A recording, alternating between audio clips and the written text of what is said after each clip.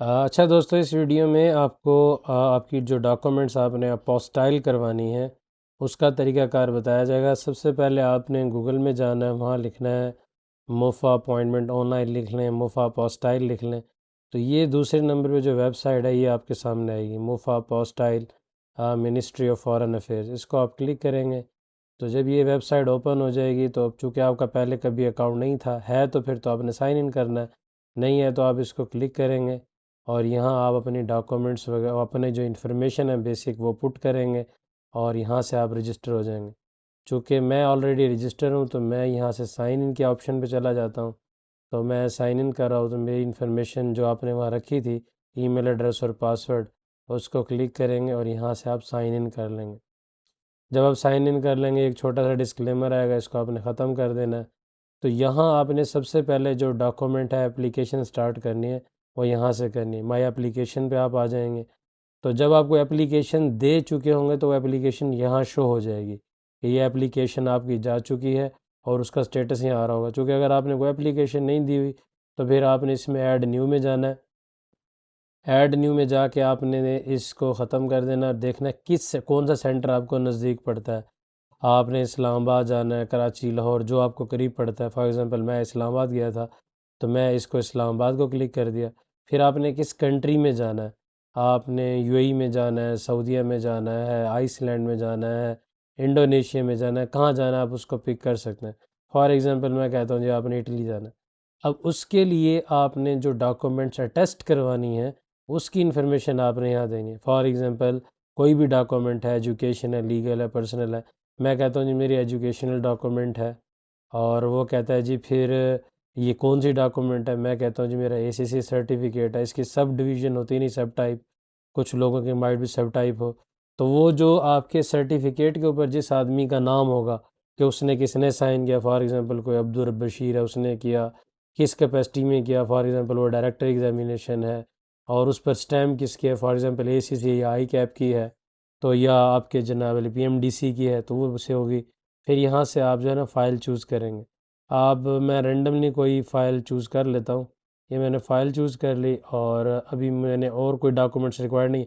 अगर आपने एक से ज़्यादा करवानी है तो फिर वो आप यहाँ से डॉक्यूमेंट्स ऐड मोर कर देंगे। अब मैं इसे कहता हूँ जी सबमिट एप्लीकेशन।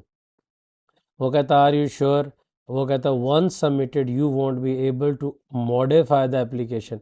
अगर आपने इसे सबमिट कर दिया तो आप मॉडिफाई नहीं कर पाएंगे। तो अब चूंकि ये ऑफिशियल प्लेटफॉर्म है तो मैं यहाँ रिस्क ये नहीं लेता कि ये मैंने जो रैंडम डाटा लिखा मैं इसको सबमिट करवा दूँ। लेकिन आप यहाँ इसे क्या करेंगे, सबमिट करवाएंगे। जब आप सबमिट करवा लेंगे तो आपको मैं दोबारा दिखाता हूँ। जब आप सबमिट करवा लेंगे तो फिर यहाँ आपकी माई एप्लीकेशन पे जो है ना जी वो आ जाएगा, यहाँ स्टेटस आ जाएगा कि आपने ये जनाबे वाली आपका नाम क्या है, सीएनआईसी क्या है और आपका स्टेटस क्या है। ये अपॉइंटमेंट वाली जो डेट होगी ना आप इसको क्लिक नहीं कर पाएंगे। जब आप सबमिट करवा देंगे आप अपॉइंटमेंट डेट को ना क्लिक कर पाएंगे, ना डेट रख पाएंगे और ना ही आप फ़ीस पे कर पाएंगे। वो आपको फ़ौरन ईमेल कर देंगे कि आपकी डॉक्यूमेंट हमें मिल चुकी है और हम इसके बारे में आपको ख़ुद आगाह करेंगे, आपको कुछ करने की ज़रूरत नहीं है। तो आपने इसको अप्रॉक्सीमेटली 7 से 10 दिन के बाद आपने इसे चेक करना है। और जब 7 से 10 दिन के बाद चेक करेंगे तो आप देखेंगे कि जो अपॉइंटमेंट डेट वाला है इसको यहाँ लिखा होगा कि वो प्रोसेस हो चुकी है। और तो आप अपॉइंटमेंट डेट को फिर आप क्या करेंगे, क्लिक करेंगे।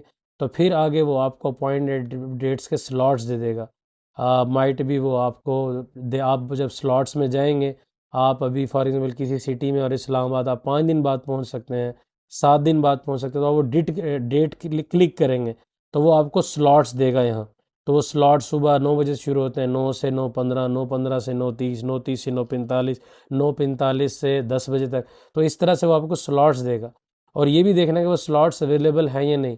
मे बी आप 5 दिन बाद करवाना चाहते हो लेकिन नेक्स्ट कमिंग स्लॉट शायद आपको 10 दिन बाद का अवेलेबल हो।